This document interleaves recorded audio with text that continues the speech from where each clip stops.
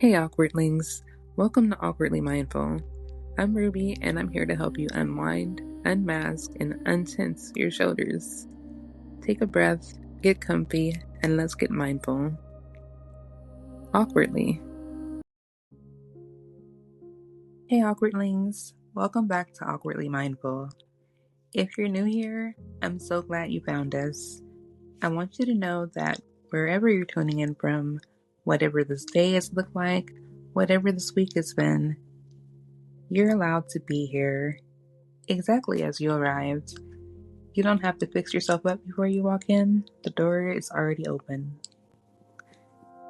Before we do anything, before I say a single thing, I just want to ask you to notice where you are right now. Physically, just where is your body in space? Are you in bed, on a couch, walking, doing dishes? No judgment. I have recorded entire episodes from my bathroom, and I stand by every one of them. Wherever you are, can you just let yourself be a little more there? If you're sitting, feel the weight of your body where it meets the seat. If you're walking, feel your feet touching down with each step. If you're lying down, honestly, ideal. Let the surface underneath you just hold you for a second. And now, I want to invite you to take one breath. Just one. In through the nose and out through the mouth. Slow, like you're fogging up a mirror, or, alright, this might be very specific to me, like you're blowing out a candle at the end of a long night. So, I have this thing where I always light a candle right before I record. Something about the flame feels like a signal, like a container. This is a held space. Whatever's out there can wait. Right now, this is where we are. I want that for you too, in whatever form that takes. Maybe it's actual candlelight. Maybe it's the glow of your phone screen in the dark. Maybe it's just the image of a small, steady flame somewhere behind your sternum. Imagine, if you want, a little light, yours, not going anywhere. Now, one quick check-in. I'm going to name a few things, and I just want you to notice which one lands closest to where you are emotionally right now. No pressure to be anywhere specific. This is just a hello to yourself. Are you scattered? Like there are 17 tabs open and none of them are loading? Are you heavy? Like something's been sitting on your chest all day and you're not totally sure what it is? Are you okay, actually? Just needed a little soft company? Or are you loopy? Brain going round and round on something, replaying, rewinding, rehearsing, and you're kind of exhausted from watching it spin. Wherever you are, that's the right place to be for this episode. Because today, we're talking about exactly that. The loops, the spin, the very loyal, very tired, very misunderstood brain of yours. You're here, the candle's lit, let's go. Okay, so here's the thing. Today's episode is called, and I really love this title, Your Brain is Not Broken, It's Just Really, Really Loyal. And we're going to talk about overthinking, which, if you're an awkwardling, means we are absolutely going to talk about you and your whole deal. And I want you to feel very seen and only mildly called out. Here's what we are not doing today. We are not diagnosing you. We are not fixing you.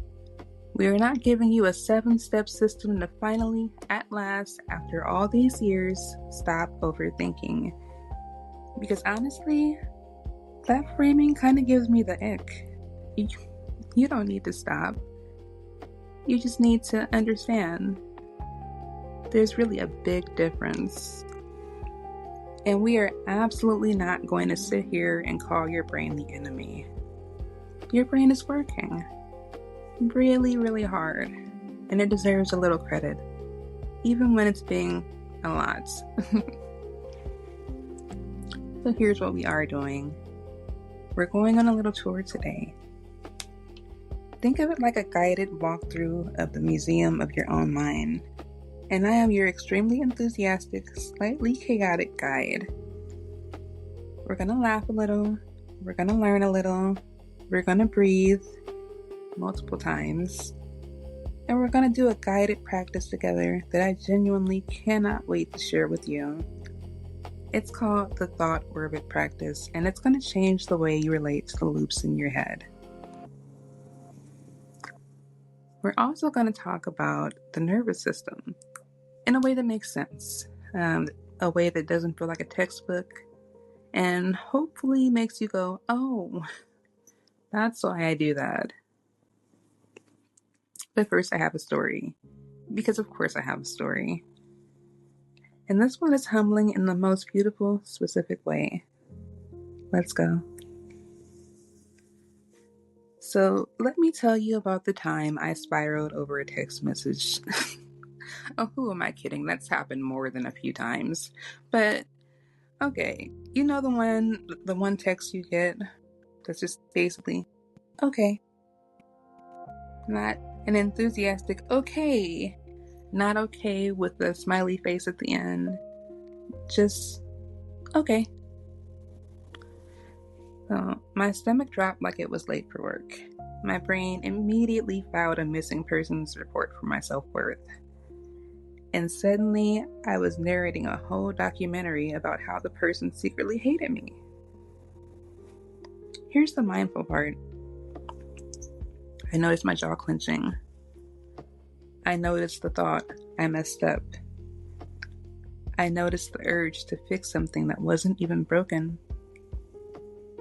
And that noticing, that tiny moment, was the first time I realized, oh, I'm not in the conversation anymore. I'm in the story my fear is telling. And I thought, why did I do that? What was that? Why is my brain so fast at catastrophe and so slow at calm? And here's what I didn't know. Well, what I didn't know then that I know now. My brain wasn't misbehaving. My brain was being incredibly, fiercely, exhaustingly loyal to one single goal: keeping me safe. It was running every possible scenario so that I wouldn't be caught off guard. It was problem solving in the only direction it knew. Forward into the fear, through every worst case, trying to find the exit. That's not broken. That's actually kind of beautiful. And also kind of a lot. Like, brains can do too much quite often. But yeah, both things at once. And that's exactly what we're going to unpack right now. Okay, so here's the part of the episode where we do a little learning together. And I just want to say up front that we are doing this in human, not in textbook. No jargon, no Latin, just the actual thing in plain language, because you deserve to understand how you work. Deep in your brain, and I mean deep, like ancient deep, like older than language deep, there's an alarm system. It's always on, it's always watching. Its whole job, its entire reason for existing, is to scan for anything that might be a threat, and to sound the alarm before that threat can hurt you. It is remarkably good at its job. Here's the thing about your alarm system. It can't always tell the difference between there's a lion in front of me and my friend hasn't texted back and I don't know why. Both of these things get filed under uncertain, potentially dangerous, needs resolution now. Because here's what your brain really cannot stand, and this is the key to everything: unresolved uncertainty. Your brain is a completion machine. It wants to close the loop. It wants to know how the story ends. And when it can't, when there's a gap, a silence, a question with no answer yet, it does the only thing it knows how to do. It starts generating answers itself. All of them, including all the bad ones. That's the loop. That's the spiral. It's not your imagination running away from you. It's your alarm system running toward resolution in the only way it can at the moment. I want you to think about a smoke alarm. Have you ever burnt toast? Like, not even badly, like it's barely darker than you wanted it. And suddenly your smoke alarm is going absolutely feral, beeping like it's personally offended. And you're standing there in your kitchen waving a dish towel at the ceiling going, I know, it's toast. Here's the thing. The alarm isn't wrong. It's doing exactly what it was made to do. It detected something in the air. It responded. It sounded. The fact that it's toast and not a fire doesn't make the alarm broken. It makes the alarm a little extra. And extra is okay. Well, a little extra is okay. A little extra is actually the alarm being thorough. Your overthinking brain is the smoke alarm, and you are not burning down. You might just have some toast on the counter. Now, go ahead and take a breath here. In through the nose, and out through the mouth slowly. Because this next part is going to land differently once your nervous system is a little softer. So let's just be here for one more second before we move.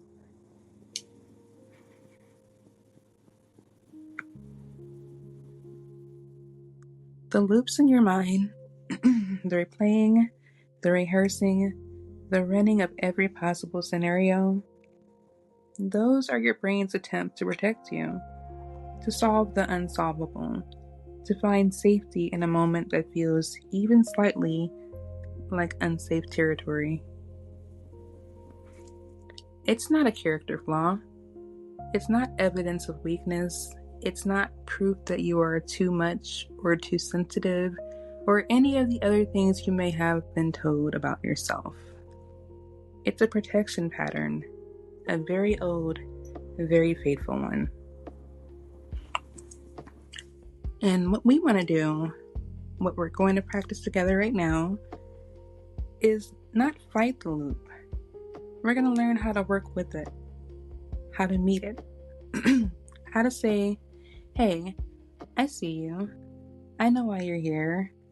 And I'm going to let you orbit.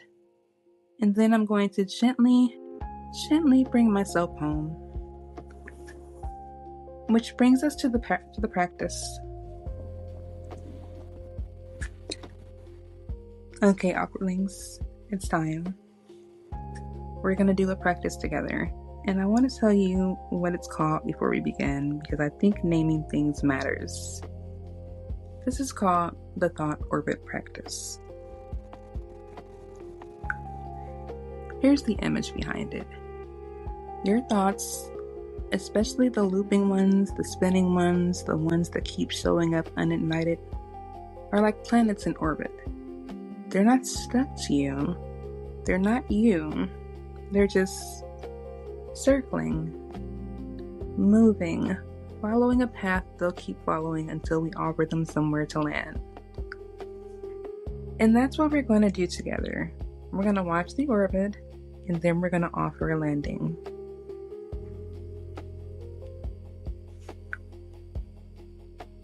If it feels right, you're welcome to close your eyes. If you're driving or walking, please keep them open. Just soften your gaze a little, as much as you safely can. There's no wrong way to do this. There's only your way. Let's begin. We start in the body.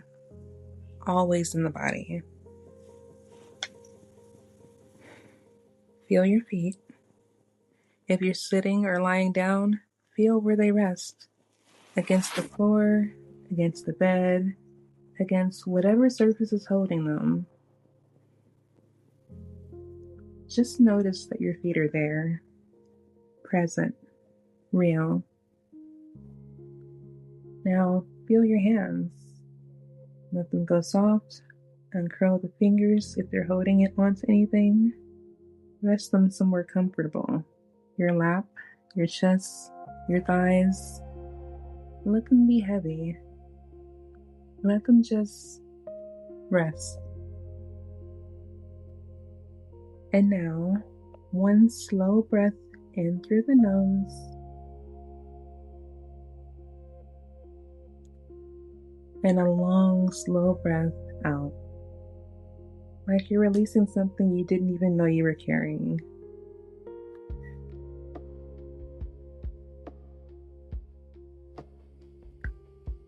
Good. You arrived. You're here. This is the starting place. The body, this breath, this moment. Now, gently, without any force, I want to invite you to notice a thought that's been orbiting lately. It might come right away. It might take a second. There's no rush.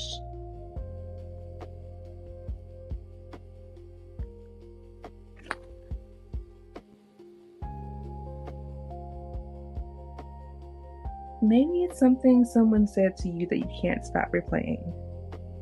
Maybe it's a decision you're circling and can't quite land on. Maybe it's that conversation you keep rehearsing in your head. The one where you finally say exactly the right thing. Maybe it's a fear that keeps drifting back in like a cloud that won't quite move on. Whatever it is, when it comes into view, I just want you to say silently to that thought, there you are. Not, you again. Not, why won't you leave me alone? Just, there you are. A soft recognition. Like opening the door and seeing someone standing on your porch. Not inviting them in yet. Just acknowledging, I see you. You're real. You're here.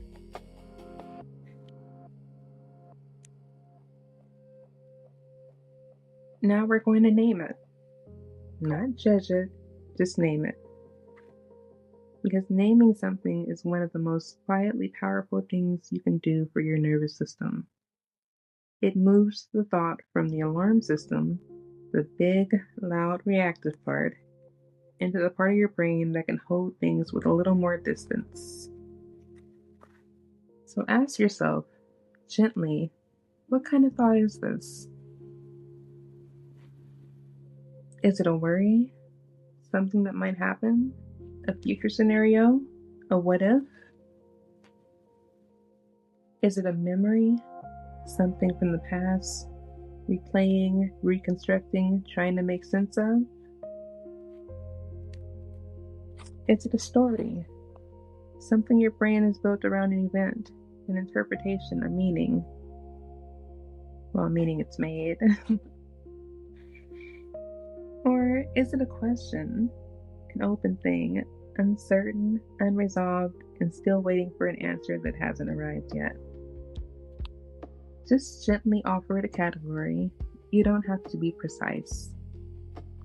You just need enough to say, oh, this is a worry. This is a memory. This is a story I'm telling myself. Now, this is my favorite part. I want you to imagine that thought that worry, that memory, that question, as a planet. Not a scary planet, just a planet. Slowly moving, slowly orbiting. It has its own mass, its own momentum. It's been moving in this orbit for a while. And you are not the planet. You are the center. You are its star. You're what it orbits around, but you are not it. Now watch it for a moment. Watch it circle. Notice its movement. Notice that it keeps going. It doesn't crash into you. It doesn't disappear. It just moves. It's a motion. And motion means it's not permanent. Motion means it's passing.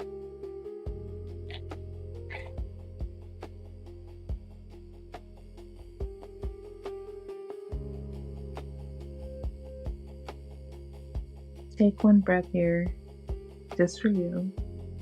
In and out. Now we're going to offer the thought a soft landing. Not a resolution, not an answer, just acknowledgement, recognition, a little grace. Silently or out loud if you're somewhere private, I want you to say something like, I see you.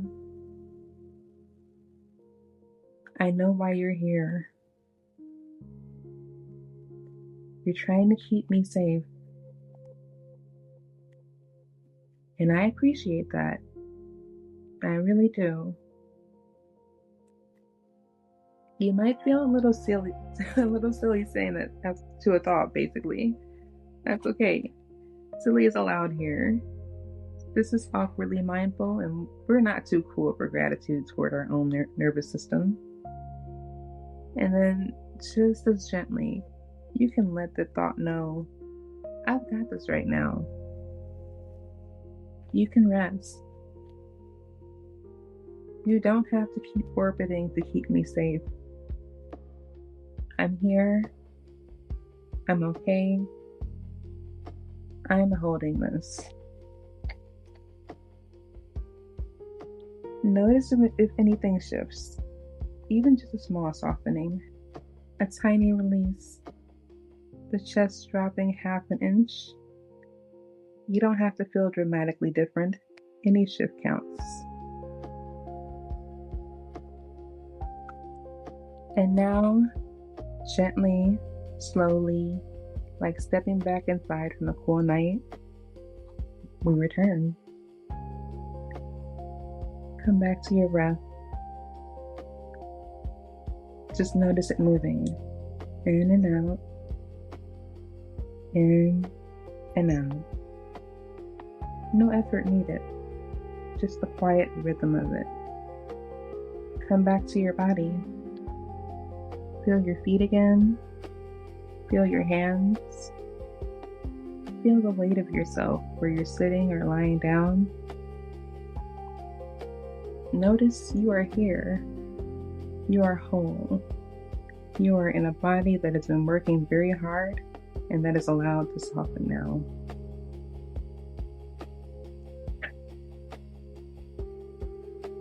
One last breath together, nice and slow.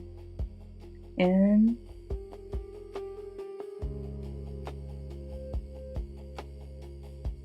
and all the way out.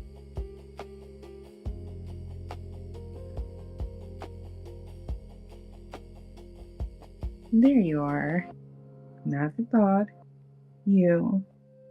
Here, present, return to yourself. That was a thought orbit practice, and you just did it.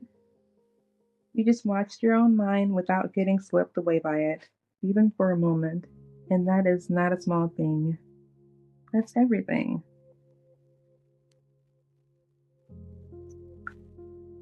Okay, let's come all the way back. Wiggle your fingers if they want to move. take a stretch of your body is asking for one. You're allowed to re-enter the room at your own pace. No rush. And now I want to offer you something to carry out of this episode. Not homework. I want to be very clear about that. Not a to-do list. Not a performance you have to achieve to prove you got something out of today. Just invitations. Soft ones. The kind you can accept, decline, or come back to later. Now, there are 3. Here they are. Invitation 1. This week, notice one moment where you catch yourself in a thought loop. You don't have to stop it. You don't have to fix it. You don't have to do the full practice. You just have to notice it and gently say to yourself, "Oh, I'm orbiting." That's it. Just the noticing. Just the naming. Because awareness, even tiny awareness, is the beginning of everything. Invitation 2. When you're in the loop, when the orbit is going and you can feel it, try asking one question. Just one. What are you trying to protect me from right now? You don't have to answer it. You don't have to solve anything. Just ask. Let the question hang in the air like a star you're not trying to reach, just looking at. Sometimes the asking is enough to shift the energy. And invitation 3. When you feel the spiral starting, or even after it's already spinning for a while, place one hand on your chest, right over your heart. Feel the warmth of it, and say, silently or out loud, whatever feels true, "I'm safe enough to be here."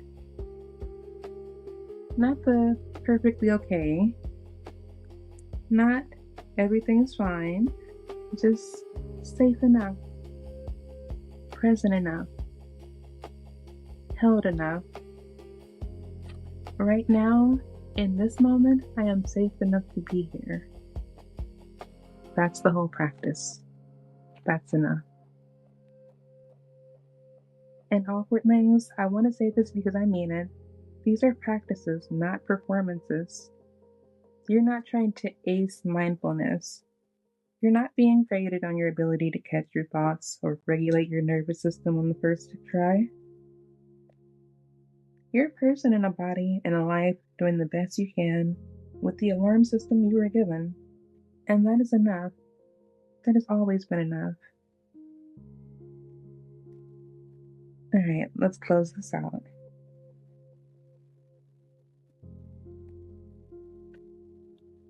Oh, you know what I love about the end of an episode?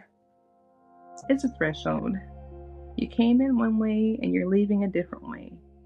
Maybe only slightly different, maybe just a fraction of a degree, but that fraction matters. That fraction is everything over time. You came in maybe scattered, maybe heavy, maybe looping, and you stayed. You breathed. You met your own thoughts with a little more grace than you might have yesterday. You practiced watching without drowning. That's not nothing. That's the whole threshold. You crossed it. And I want to leave you with something from the Red Petal Project, which is my nonprofit. Something that lives at the center of everything I make and everything I believe about this work. The image of a petal, just one, falling from something that was once in full bloom.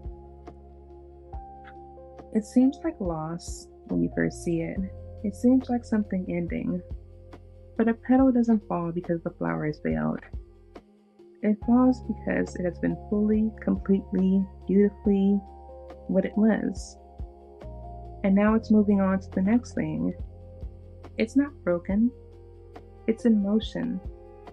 It's doing exactly what petals do. And that is you, awkwardlings. You are not a failure at being still. You're a person in motion.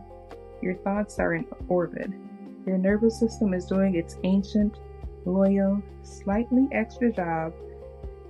And underneath all that spinning, You are soft and real and worthy of the softest landing. Here's your affirmation for this week. You can write it on your mirror, save it in your phone, tattoo it on your collarbone. I'm kidding about the tattoo, mostly. So the affirmation is, my brain is not broken. It is loyal and it is learning, and so am I. I can watch my thoughts without becoming them. I am safe enough to land. Okay, so before I let you go, I don't know what's going on with my voice today. You know the drill. If this episode landed for you, if it helped you even one thought a little, if it helps, what is wrong with me? I can't and talk today. If it helped even one thought feel a little less like a verdict and a little more like a planet passing by, please share it. Send it to the friend who you know is up at 2 a.m. spiraling about a red receipt. They need this. You know exactly what I mean. If you have a moment for a rating or review, especially if you're listening somewhere new, it genuinely helps this little soft place find more people who need it. So you can find me on Instagram I'm Awkward Rube, and then the podcast is Awkwardly Mindful Podcast. Also on TikTok, Awkward Rube. The podcast doesn't have its own TikTok. And on YouTube, I have mine, Awkward Rube, and then the podcast is under Awkwardish Pods because it's under the Awkwardish umbrella. So yeah, I hope everyone has a wonderful rest of your week. And until we meet again, awkwardlings, practice as much as you can. Right, young.